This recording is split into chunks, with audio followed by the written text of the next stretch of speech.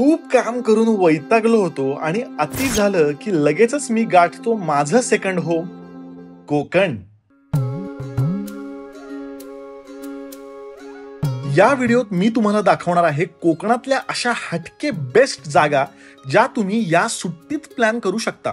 मी गेलो अगदी गोष्टीतला वाटाव्या अशा सुंदर छोट्याशा गावात आणि अगदी याच आठवड्यात पर्यटकांसाठी खुल्या झालेल्या नव्या स्पॉटवर जिथला व्ह्यू म्हणजे बाबो. त्याचबरोबर मी बघितलं समुद्रकड्यावरचं एक सुंदर मंदिर, परफेक्ट सनसेट साठीचा बीच, कोकणातलं हक्काचं घर आणि बरंच काही. हे सगळं जाणून घेण्यासाठी तुम्हाला माहितीये काय करायचंय. काही नाही, व्हिडिओ फक्त शेवटपर्यंत बघत राहायचे.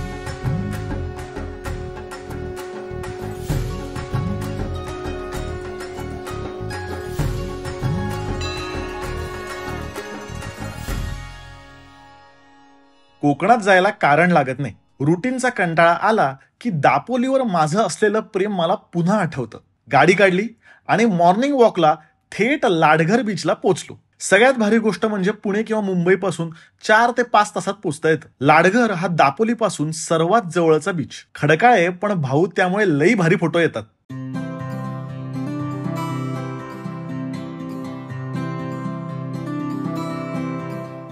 प्रवास करून आल्यावर समुद्राचं पाणी पहिल्यांदा जेव्हा पायाला लागतं तेव्हा कंप्लीट पावन झाल्यासारखं वाटतं. संपूर्ण प्रवासाचा थकवा निघून जातो. निसर्गात मोबाईल पासून दूर राहूया असं कितीही मनाने ठरवलं तरी चायला बॉडीच नाही म्हणते. न राहून पोस्ट केल्याच काही स्टोऱ्या एकदम ताज्या ताज्या. दापोलीची व्हाईब इतकी शांत आहे ना की इथेच राहावंसं वाटतं. आपलं सेकंड होम इथे पाहिजे असं वाटतं. म्हणजे कंटाळा आला की सुट्टीसाठी किंवा वर्केशनसाठी इथे येऊन निवांत राहता आलं पाहिजे.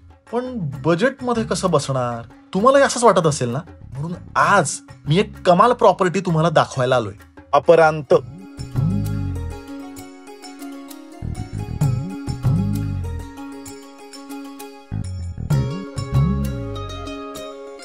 हे एक प्लॅन्ड ग्रुप हाऊसिंग प्रोजेक्ट आहे. यात 45 रो हाऊस आहेत.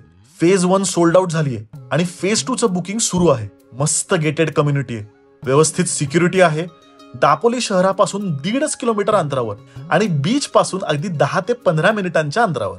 आणि स्पेस बघा, काय कमाल पॉझिटिव्ह वाइब्स आहेत. आपलं हक्काचं टुमदार घर असावं तसं 3 BHK रो हाऊस आणि ते सुद्धा अगदी बजेटमध्ये.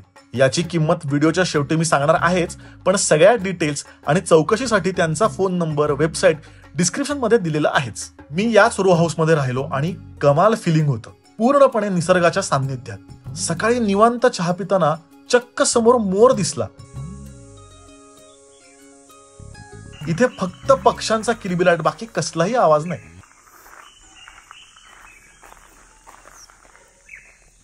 तर मंडळी, आपण दर व्हिडिओमध्ये व्हिला टूर देत असतो, त्यामुळे तुम्हाला या पण रो हाऊसची मी तुम्हाला टूर देतो. हे एकूण 45 रो हाऊस आहेत. प्रत्येक रो हाऊस हे 3 BHK आहे. खूप प्रशस्त आवार आहे. छान कार पार्किंगसाठी जागा आहे. इथे आत हा हॉलच्या इकडेच अटॅच किचन आहे. डायनिंग एरिया सुद्धा आहे आणि मागे बॅकयार्ड आहे. बाय द वे, बॅकयार्ड मागेच असतं, आपण ते नंतर बघूयात. आधी आपण वरती जाऊयात. इथे मास्टर बेडरूम आहे खाली ग्राउंड फ्लोअर वरती, आणि बाकी 2 बेडरूम जे आहेत त्या वरती आहेत. छान वुडन असा जिना आहे, त्यामुळे एकदम टिपिकल बंगलो लुक त्याला येतोय. वरती 2 बेडरूम आहेत. ही एक बेडरूम आणि या बेडरूमला लागूनच खूप मोठी यांची बाल्कनी आहे. नंतर ही एक बेडरूम आहे. ही पण प्रशस्त बेडरूम आहे यांची. इथून व्ह्यू भारी आहे. सकाळच्या वेळी इथे मोर वगैरे दिसतो. म्हणजे मला एकच दिसला, मी म्हणलं वन्स मोर, पण तो काय नंतर दिसला नाही. तर या 2 बेडरूम आहेत आणि या 2 बेडरूमला लागूनच लई भारी प्रशस्त यांची गच्ची आहे आणि झोपाळा आहे. खाली जाऊयात.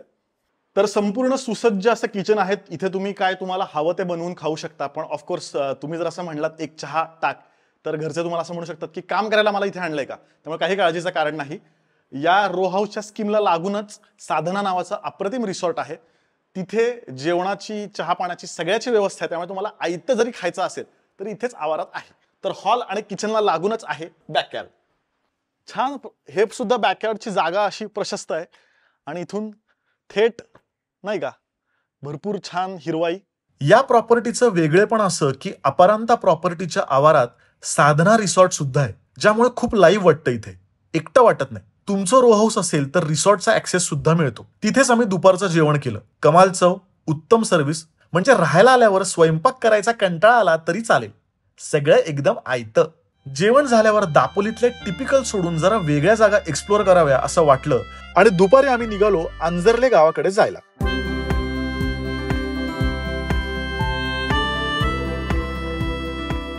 पाऊण एक तास लागला पोचायला, पण रस्ता एकदम बेस्ट.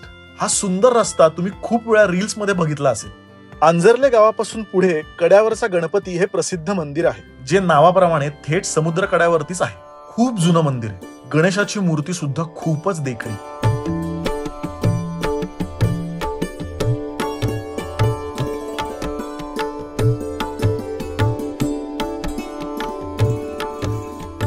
मंदिरापासून आणखी पुढे कड्यावर गणपतीच्या पावलाचा ठसा आहे, ज्याची सुद्धा भक्तिभावाने पूजा केली जाते.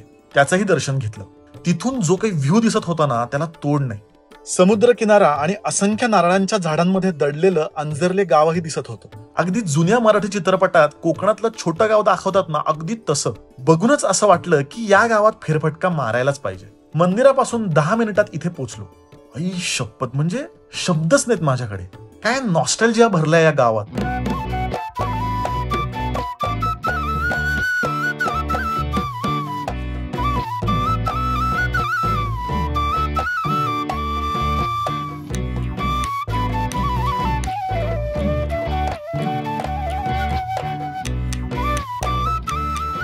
प्रत्येक घराची रचना इतकी सुंदर बघून मला असं वाटलं की उर्मिलाला इथे फोटोशूट साठी घेऊन यायला पाहिजे. इतकं सुंदर गाव.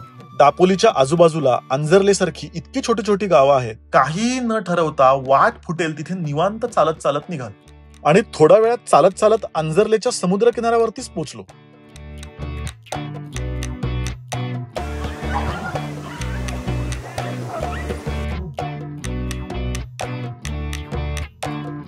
इथूनच जवळ अंजर्लेचा लाईट हाऊसही आहे हे समजलं.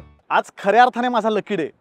हे जे लाईट हाऊस आहे ते आम्हाला लांब घाटातनं दिसलं. हे अंजर्लेचं लाईट हाऊस आहे. आज पहिला दिवस आहे ते पर्यटकांसाठी ओपन झालंय, त्यामुळे खूप जास्त एक्साइटेड आहे.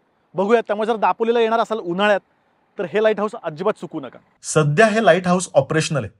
इतके दिवस त्याचं काम चालू होतं म्हणून बंद होतं. दरवेळेस दापोलीला काहीतरी नवीनच बघायला मिळतं आणि दापोली इम्प्रेस करायचं काही सोडत नाही.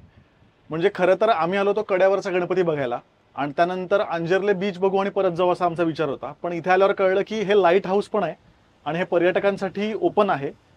साधारण त्याची वेळ आहे 4 ते 5:30 संध्याकाळी आणि त्याच वेळेत आम्ही इथे आलो आणि 10 रुपये तिकीट आहे. ते तिकीट काढून आम्ही वरती आलोय आणि इथून संपूर्ण थेट अंजर्ले बीच दिसतोय. इकडे सुवर्णदुर्ग दिसतोय लांबवर आणि सुंदर रस्ता आणि समुद्र दिसतोय आणि तिन्ही बाजूनी समुद्र आहे आणि अप्रतिम हा लाईट हाऊस. आणि अशाच पद्धतीचं लाईट हाऊस गुहागरला बघितलं होतं आपण अंजनवेल गावामध्ये. तिथला व्ह्यू वेगळा होता. तिथे संपूर्ण समुद्र दिसतो आणि समुद्र कडा दिसतो आणि इथे संपूर्ण बीच दिसतो. म्हणजे पूर्ण समुद्र किनाराचा तुम्हाला वरनं तुम्ही बघू शकता. फार सुंदर व्ह्यू आहे. छोटीशी बाल्कनी आहे आणि याच्यावरती पण 2 मजले चढून वरनंही व्ह्यू दिसतो. आपण तिथेही जाणार आहोत. पण म्हणजे दापोलीला यायचं अजून एक कारण मिळालं थोडक्यात या लाईट हाऊसमुळे. एक सुखावणारं एकटे पण असतं ना अशा लाईट हाऊस मध्ये. म्हणजे एकटं असतं पण एकाकी किंवा लोनली नसतं. एकदम अंतर्मुख करणारं असतं. चायला अचानक डीप गप्पा चालू केल्या का मी.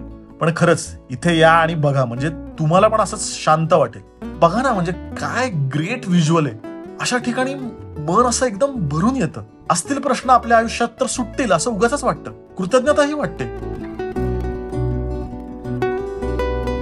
बाय द वे, नुकतीच प्रेमात पडलेले किंवा ब्रेकअप झालेल्यांसाठी विशेष सूचना ती म्हणजे कृपया इथे येताना वही पेन घेऊन या. नाहीतर काय 2-4 कविता उगाचच मनात राहतील तसं व्हायला नको. अंजर्ले लाईट हाऊसचा नजारा डोळ्यात साठवून आम्ही परतलो आमच्या राहायच्या ठिकाणी. येताना सनसेट कुठल्या तरी उत्तम ठिकाणी अनुभवावा असं वाटलं आणि अपरांतापासून 15 मिनिटांवर असणाऱ्या हरणे बीचवर आम्ही गेलो. हा सुद्धा खडकाळ बीच, पण सनसेटसाठी एकदम बेस्ट.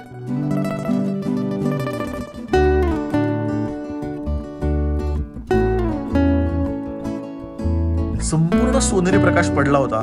त्यामध्ये हरणे बंदरावर ओळीने लागलेल्या बोटी एखाद्या पेंटिंग प्रमाणे दिसत होत्या. खरंच दापोलीतलं प्रत्येक ठिकाण वेगळाच अनुभव देतं. तर ही होती दापोलीत यावेळेस एक्सप्लोर केलेली आमची नवी ठिकाणं. या ठिकाणांची तुमची वीकेंड ट्रिप प्लॅन करण्यासाठी तुम्हाला नक्कीच मदत होईल. तुम्ही जर तुमचा दापोलीतला हक्काचा घर घेण्याचा प्लॅन करत असाल तर अपरांत प्रोजेक्टचा नक्कीच विचार करा. 3 BHK विला आहेत ज्याची किंमत 45 लाखांपासून 52 लाखांपर्यंत आहे. याबद्दल सविस्तर माहिती तुम्हाला जाणून घ्यायची असेल तर सगळी माहिती, फोन नंबर डिस्क्रिप्शन मध्ये दिलेला आहे. तुम्ही थेट संपर्क करू शकता किंवा प्रोजेक्टला डायरेक्ट भेट सुद्धा देऊ शकता. मी स्वतः या प्रोजेक्टमध्ये राहिलोय. अप्रतिम प्रोजेक्ट आहे आणि असेच ट्रॅव्हल आणि फूडचे नवनवीन व्हिडिओज आपण घेऊन येणार आहोत. त्यामुळे बुधवार चुकवायचा नाही. तोपर्यंत हॅपी जर्नी.